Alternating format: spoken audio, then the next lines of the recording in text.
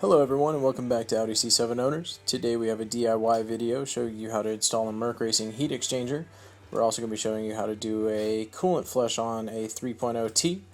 We're going to be working on a 2013 Audi A6 today, but the install for the heat exchanger should be very similar to installing one on a S6, S7, or an RS6 and RS7 with minor differences. So if you've ever done one of those and you can see any huge differences, just let us know in the comments as you watch the video. Here we are removing the wiring harness from the crash bar as well as the ambient air temperature sensor. You can see we've already got the front bumper removed from the vehicle for the video. If you need help figuring out how to do that, check the description below. We'll have a link to our video on how to remove the front bumper. Next, you need to remove your front two skid plates on the bottom. The first one has 4 T25 Torx bolts. You can see me removing it here now. You might want to wear glasses when you do this because there's a potential for dirt to be trapped underneath this that can fall into your face, so just be really careful when you're removing it. Don't let it fall down on your face. You're going to start off by removing 3 T27 Torx bits on the back of the skid plate.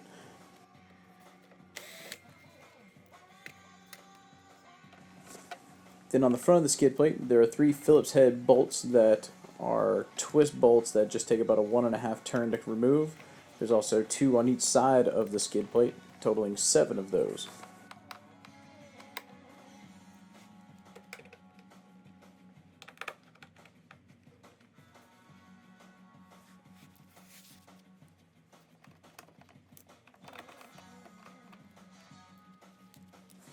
And then the last 4 bolts you have to remove are M8 triple square bolts. That's what I'm working on now. Once you remove those 4, the skid plate will just fall straight down. Use caution for any debris that could be trapped on top of it falling as you remove it. Also a tip here, there's a lot of bolts and screws that go with all these things. I suggest getting a piece of paper and writing down what bolts come from what part so that when you go to reassemble everything you can reference your notes and not get confused on which bolts go where.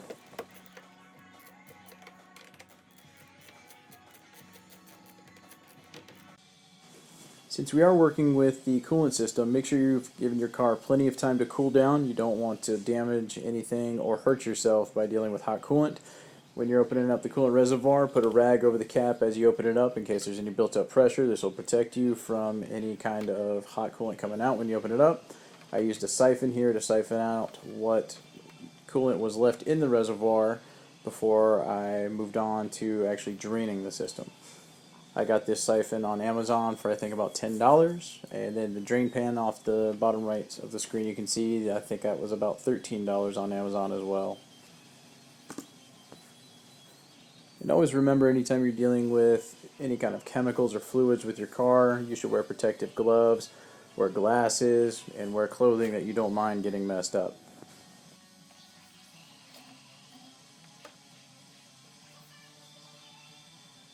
This is a shot of the underside of the vehicle on the passenger side.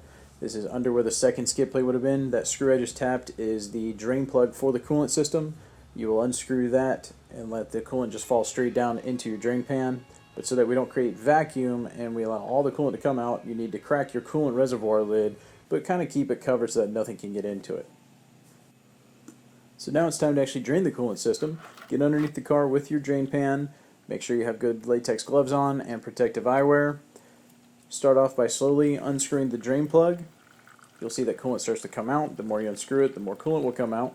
I suggest unscrewing it about halfway and letting it drain for a moment. And then you can remove the plug completely. Just make sure that you don't let any coolant splash into your face as you do so.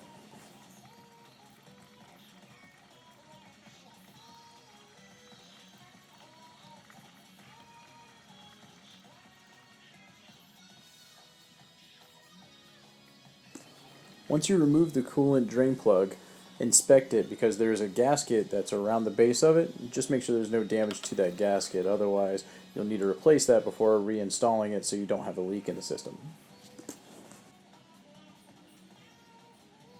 To aid in getting all the coolant out of the system, you can go to the top of the engine bay and find your radiator hose and you can squeeze it with your hand.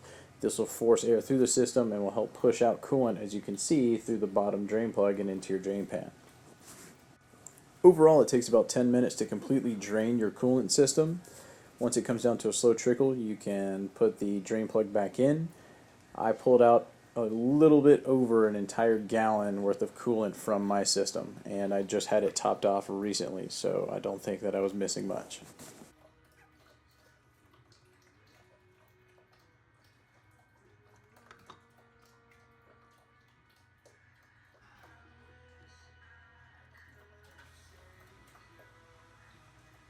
Once you're done putting your plug back in, give the bottom of the car a good wipe down to make sure there's no residual coolant resting on any wires, hoses, or any part of the bottom of the vehicle.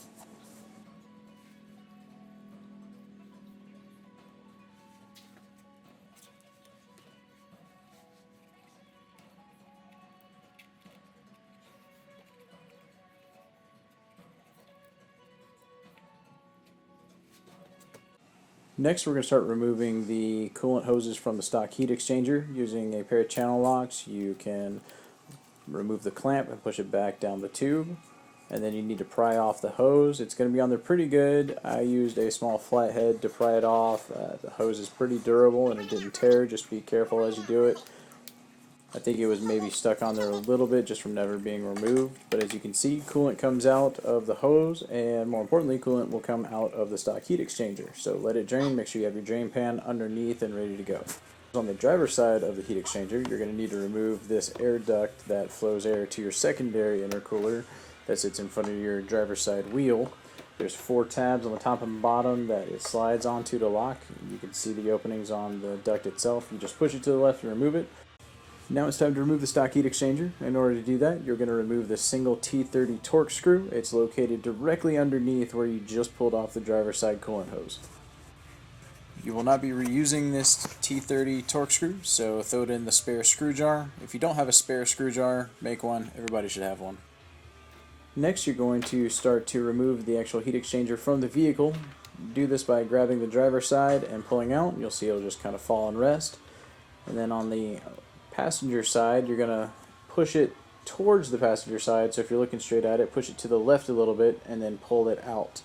And if you look closely where it mounts to the passenger side, there's no screws or anything, it's just in there and locked. You may have to play around with it a little bit, but it should come free fairly easily.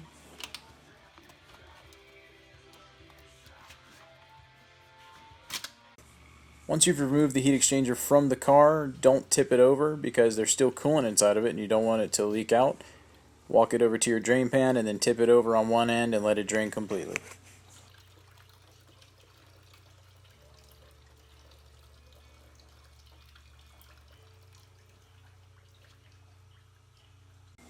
Here's a shot of the installation kit from MercRacing. It came with 6 foot of heater hose, 4 couplers, 4 bolts with 4 locking nuts and washers.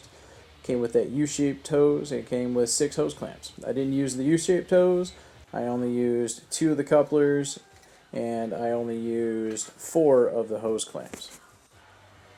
If you don't have a friend to help you with this next part, you can use a jack and a piece of wood to hold the heat exchanger, but you want to put your heat exchanger behind the crash bar where you want it, make sure it's as level as possible with the brackets on it, and then mark each side of the bracket on the top of your crash bar. This is going to help you in the next steps to come.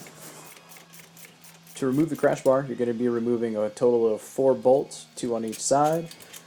The head of each bolt is 13 millimeters, and there's a 13 millimeter socket on the bottom holding the crash bar to the support arm.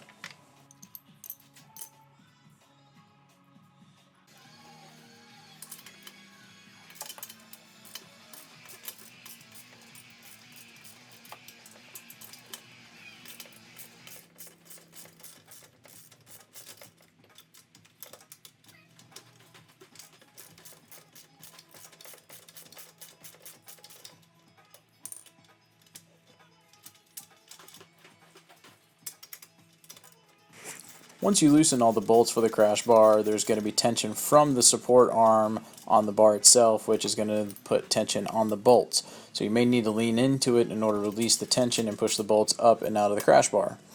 If there's still a lot of tension on any of them that you can't get by pushing in the crash bar, you can take a mallet and tap the bolt out of the crash bar.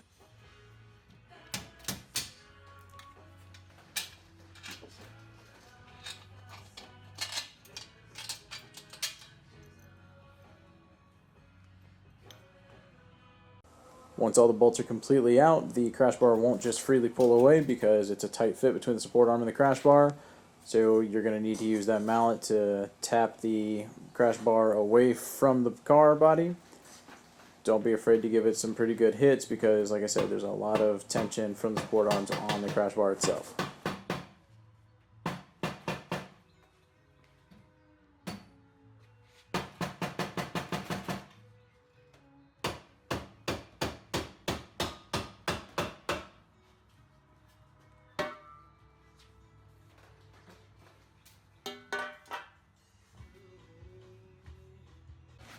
This is something I did just to help myself throughout the next few steps of the process. I took the crash bar and found the side that was facing up, and I wrote top on it. This actually came in very handy later on when I was assembling the heat exchanger to the crash bar. So now we're going to find those lines that we marked earlier when our friend was holding the heat exchanger, or when you were holding it and your friend was marking lines. You can kind of see them there on the top of the crash bar. Use a speed square, another straight edge, and continue the lines down the back of the crash bar. This is going to outline where your brackets will go on the crash bar once you mount it, and you're going to use these lines to center them on there so that you can mark your drill holes for the bolts.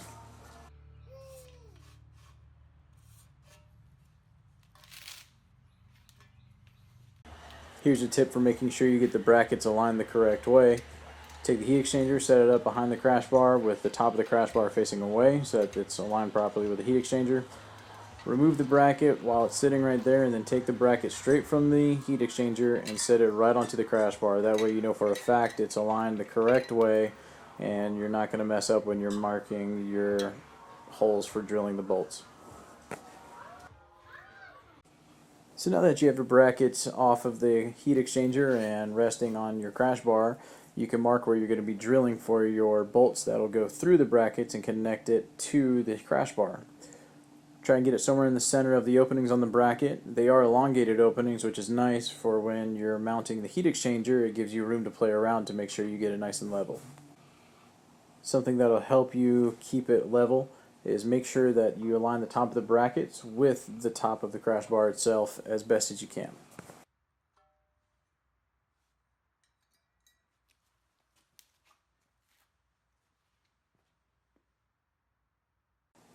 As you can see, I already drilled a small hole into the crash bar, but it wasn't quite big enough, so I went to the next size up. The size you need to drill for the bolts that come with the installation kit from MercRacing is a 5/16 drill bit. The metal is not terribly tough, but it does take some pressure to get through all layers of the crash bar. It also helps if your drill doesn't have a half-used battery, as mine does in this video. But you can use a 2x4 to go underneath the crash bar to keep it from rocking back and forth as you're holding it down with your foot. Just be careful, there's a lot of metal shavings that will be going everywhere, so make sure you have some protective glasses on. It's also important that you try and drill as perfectly straight through the crash bar. If you drill at any kind of an angle, the mounting bolts will be going through at an angle, which will make it difficult to mount the heat exchanger to the crash bar.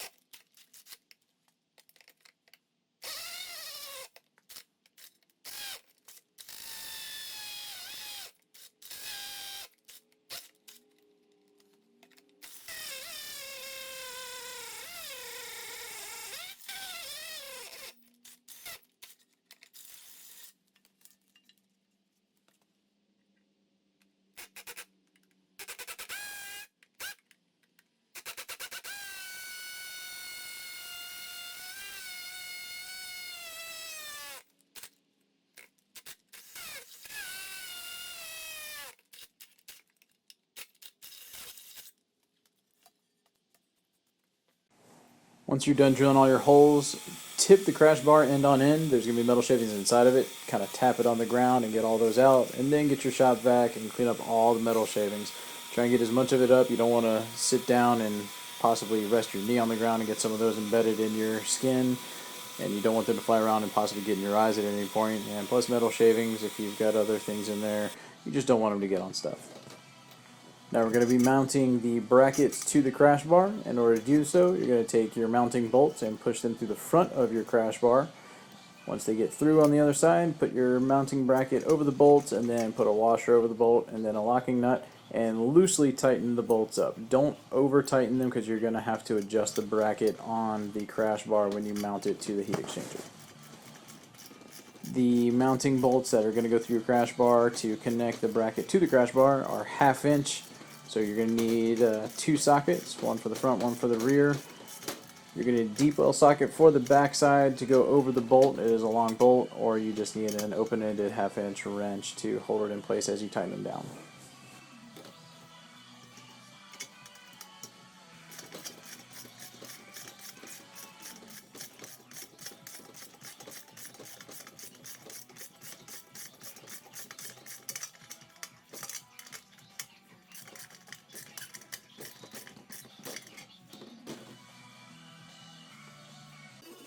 Once you have all your mounting brackets loosely mounted to the crash bar, set the crash bar down on the table or whatever working surface you have.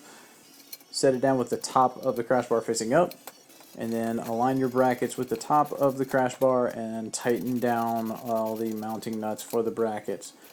Try and keep the mounting brackets as level with the top of the crash bar as possible. This will help ensure that your heat exchanger will sit level in the vehicle once it's installed.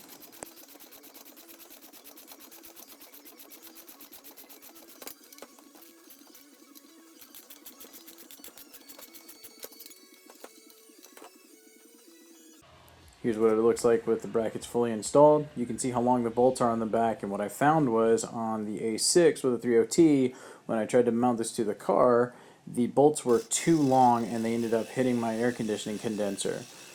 So I had to take a Sawzall with a metal blade and trim them down. I basically cut about halfway through them, then took a pair of clines and snapped off the ends. As always, make sure you have protective gloves on and protective eyewear. This is a side note, but I've also heard that there's a lot less room on the A7s as well as the S lines with the larger motors, and some people have reported having to trim down the actual mounting brackets themselves. But for the 30T on an A6, you don't have to do that. Now we're going to be mounting the heat exchanger to the brackets on the crash bar. I ended up having to take my pair of clines and widening out the sidewall of the brackets, just bending them out a little bit to be able to fit over the mounting points on the heat exchanger. And that's just because wherever I marked on the crash bar was just a little bit too tight, but it's not a huge problem once I get it pushed down over the holes of the mounting points on the heat exchanger, and I put the bolts in, I start tightening them down. It tightens the sidewall of the bracket to it flush and works out really well. It bends pretty easily, but it's still really sturdy. But just as with the bracket getting mounted to the crash bar, do not tighten the bolts mounting the heat exchanger to the bracket overly tighten at first. You want to get them in and tighten them up just a little bit, but have enough wiggle room so that when you put the other side of the heat exchanger on the other bracket, you've got room to play with to align the holes correctly. Once you get all 4 bolts on each side started, then you can crank them all down.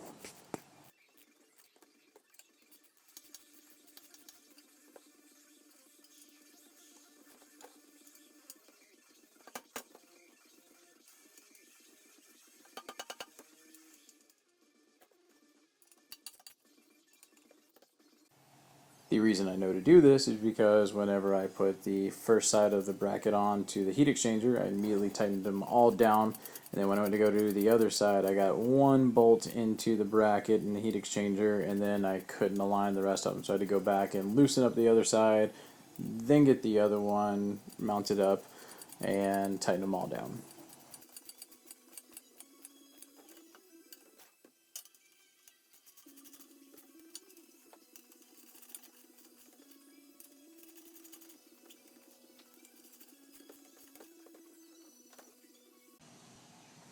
And now it's time to put the crash bar back onto the car with the heat exchanger mounted to it.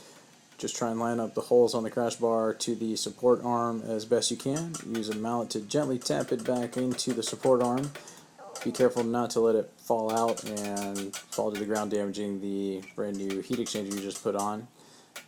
But the cool thing that Audi did when they designed the crash bar is the way they did the holes on each side. You can kind of see it on the right side of the crash bar there, that one elongated hole, but what they did on the far left side, the passenger side, the hole that the bolt goes through is just a single hole. That's it. It's just big enough for the bolt itself. So once you get that in there, that's pretty much stuck in on that side. But then on the right side, when you go to tap it in, there's elongated holes in the top of the crash bar, allow you to maneuver it around and get the bolt in a little bit easier than it would be if it was just a hole big enough for the bolt. So you can see circle there, elongation there.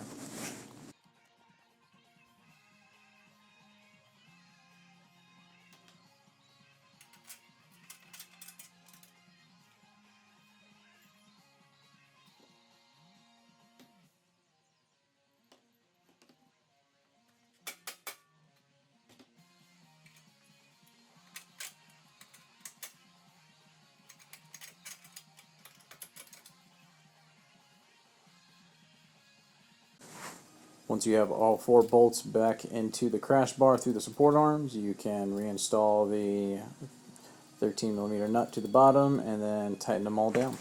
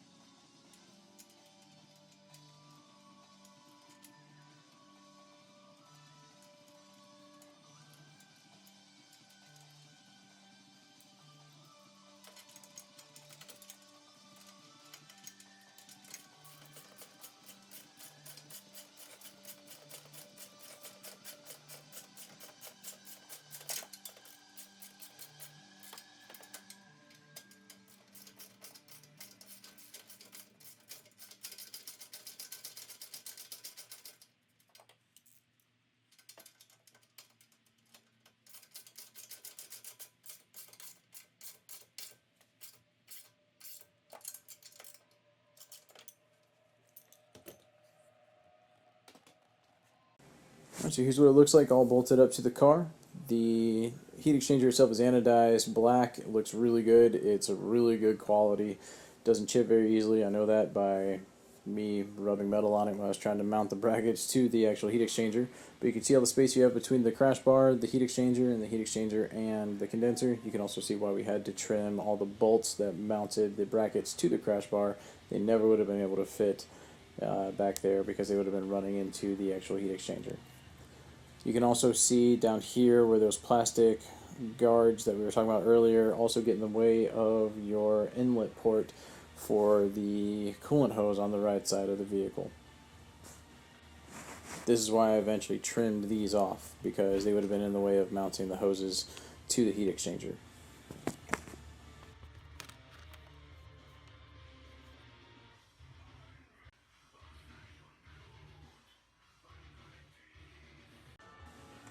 Before we move on to actually putting hoses on the heat exchanger and starting to fill it, I really just didn't like the look of the bright silver heads of the bolts that mounted the bracket to the crash bar, mainly because I have an RS style grill and you'd just be able to see those straight through the grill. So I'm going to put some cardboard over the heat exchanger, get another piece of cardboard, and I'm going to spray those bolts black. I already did one little coat there, as you can tell, but I'm doing the bottom ones. I did a couple coats of some sprayable bed liner, and it seemed to do the trick pretty well.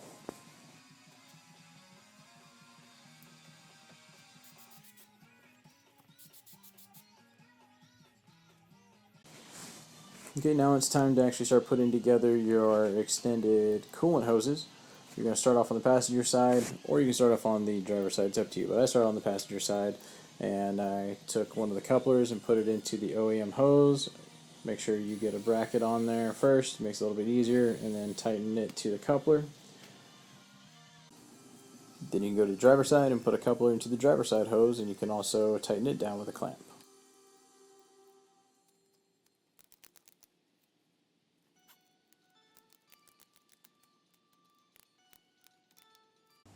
After that, go ahead and remove the protective coverings over the inlet and outlet ports from the heat exchanger.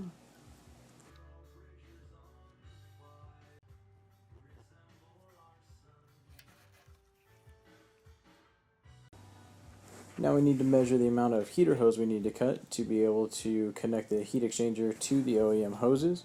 And I just did this by holding up the hose to the heat exchanger and doing a rough guesstimate, and then taking a Sharpie and marking it about where I thought I needed to cut. It doesn't need to be exact because your OEM hose has a good amount of play in order to move and adjust as necessary. Once you mark your hose with a Sharpie, take a hose cutter and go ahead and make the cut. If you don't have a hose cutter, I highly suggest you go buy one or borrow one from a friend, because if you try and cut this hose with a razor blade or something else, it's going to take a long time. It's pretty thick rubber hose. Once your section of hose is cut, you can go ahead and put it onto the inlet into the bottom of the heat exchanger. Take a hose clamp, put it over it, and tighten it down. Just make sure you don't tighten it over the bulge of the inlet there. That's a weak point. You don't want to break anything. So back it up towards the center and tighten it down. And in case anybody was curious, this small section of hose I cut was approximately 5.5 inches long. Then put another hose clamp on the hose and push it back, and connect the new section of hose to the coupler, connecting it to the OEM hose. One thing I didn't do here is I didn't lubricate the coupler at all, and it was really difficult to go into the new section of hose. I ended up having to fight with it and ultimately back it back out of the hose, and then I ended up spraying it with a light solution of purple power and water just to do a light lubrication on it, and it will go right in.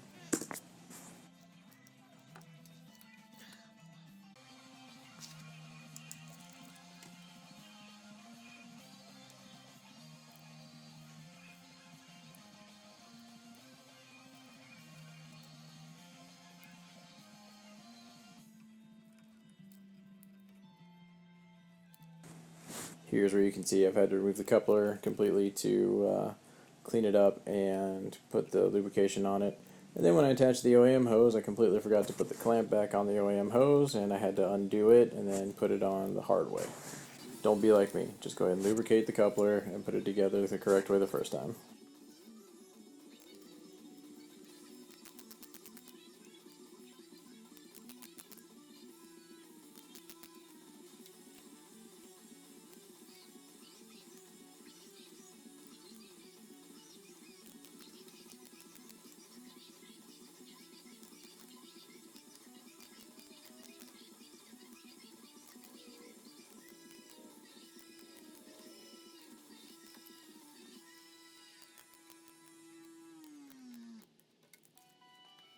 Now we're going to run the rest of the coolant hose that we have through the top of the engine bay down the side of the heat exchanger.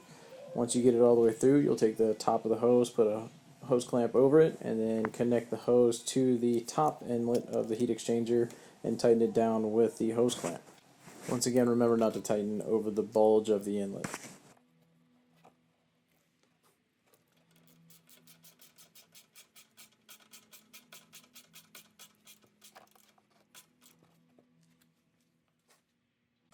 Once you've got your hose attached to the top of the heat exchanger, run it through the side and back of the heat exchanger to the OEM hose, and same as the other side, you're going to hold it up and just guesstimate and mark it with a Sharpie, then make your cut. The total length of the long piece of hose that I cut was approximately 3 foot 5.5 inches. Don't forget to put a hose clamp over your new coolant hose, and then lubricate the coupler and attach it all together and tighten it down. You don't need a crazy amount of slack in your new hose, but I wouldn't make it very tight either. The hose will eventually be resting on top of your skid plate when you reinstall it, but I like to set it on top of that kind of support there. You'll see they're just sitting above the hose. You'll see me push it on top of that, and it kind of keeps it up as well.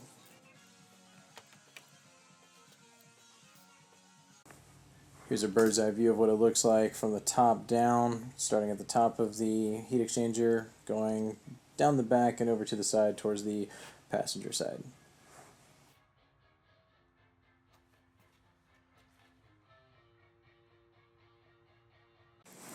Now it's time to refill your system with coolant. I highly suggest that you get a hold of a vacuum fill tool for coolant systems. They aren't that expensive to buy, but hopefully you know somebody you can borrow one from, or maybe you can even rent one from one of your local shops. But basically you set this on your coolant reservoir, it creates a seal, and you run an air hose to it, and you open the valves, and it sucks all of the air out of your coolant system. There's a gauge on top, and it'll start to fall as you pull air out of the system. It'll get negative, and you want it to get somewhere around -20, -25, somewhere around there. And once you're in that area, you'll know you've gotten all the air out of the system, because your radiator hoses will start to suck themselves down. They'll collapse almost, as you can see right here in the video. You see how it's collapsed. Once that's happened, you can shut off the valves and then leave it for a second. Let it sit there and see if the needle starts to rise. If it doesn't, then you're good. You have no leaks. If it starts to rise, then you're going to have a little bit of a leak. So while that's sitting there and you're waiting to test for leaks, you can go ahead and mix your coolant and your water. Take a gallon of distilled water. Don't use regular tap water or anything like that, because you don't want any minerals or whatnot getting into your system. Distilled water is best. Then just go ahead and spend the money and get Audi brand coolant, get the concentrate, and mix it 50-50. So we did a gallon of distilled water mixed with a gallon of the coolant. So it creates a total of 2 gallons, and you'll end up putting in almost all 2 gallons. Not quite, you're going to have a little bit left over, but with the new heat exchanger, it's a large size, and you're going to use most of the coolant. If you're using the evacuation tool here that we've got, you get that all mixed up. You're going to put the tube into the bucket, make sure you hold it in the bottom and keep it under the coolant the entire time so you don't suck in any air. And once you open up the valve, you'll see the coolant just shoot into the car, and it should fill it up almost completely all the way. We let it fill up till we could tell that there really wasn't a lot of coolant moving anymore. We shut off the valve, and then we hooked the air hose to it again, tried to pull out any more air that might be in the system, shut those valves off, and then we opened up the coolant fill valve again to top it off, and it got us up right over the minimum coolant level line in the reservoir. If you don't have access to one of these tools, then you'll have to manually bleed your system. There are 2 black plastic bleed screws at the back end of the supercharger on both sides. They are underneath the cover with the Audi rings. You'll have to unscrew those one at a time and bleed them. Just be really careful, because they're known to break off when you're trying to unscrew them and get stuck in the actual port when you are unscrewing them. And if they break off, you'll have to somehow fish the rest of it out and then find a replacement screw. The third one is a bleed hole on the passenger side heater tube going into the heater core. You need to pull out the heater hose, exposing the bleed hole, and the plastic plenum cover needs to be removed to see it.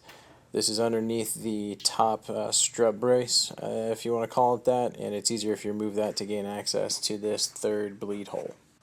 Once you've gotten your coolant system filled all the way and you've bled it and the levels look good, you can put the cap back on the reservoir, run the car, and turn the heat on full blast, turn your defrost on, make sure that the heater valve gets open so that the coolant can cycle through the entire system, let it run until the car gets up to temperature, and then shut it off and look and see what your coolant levels are at.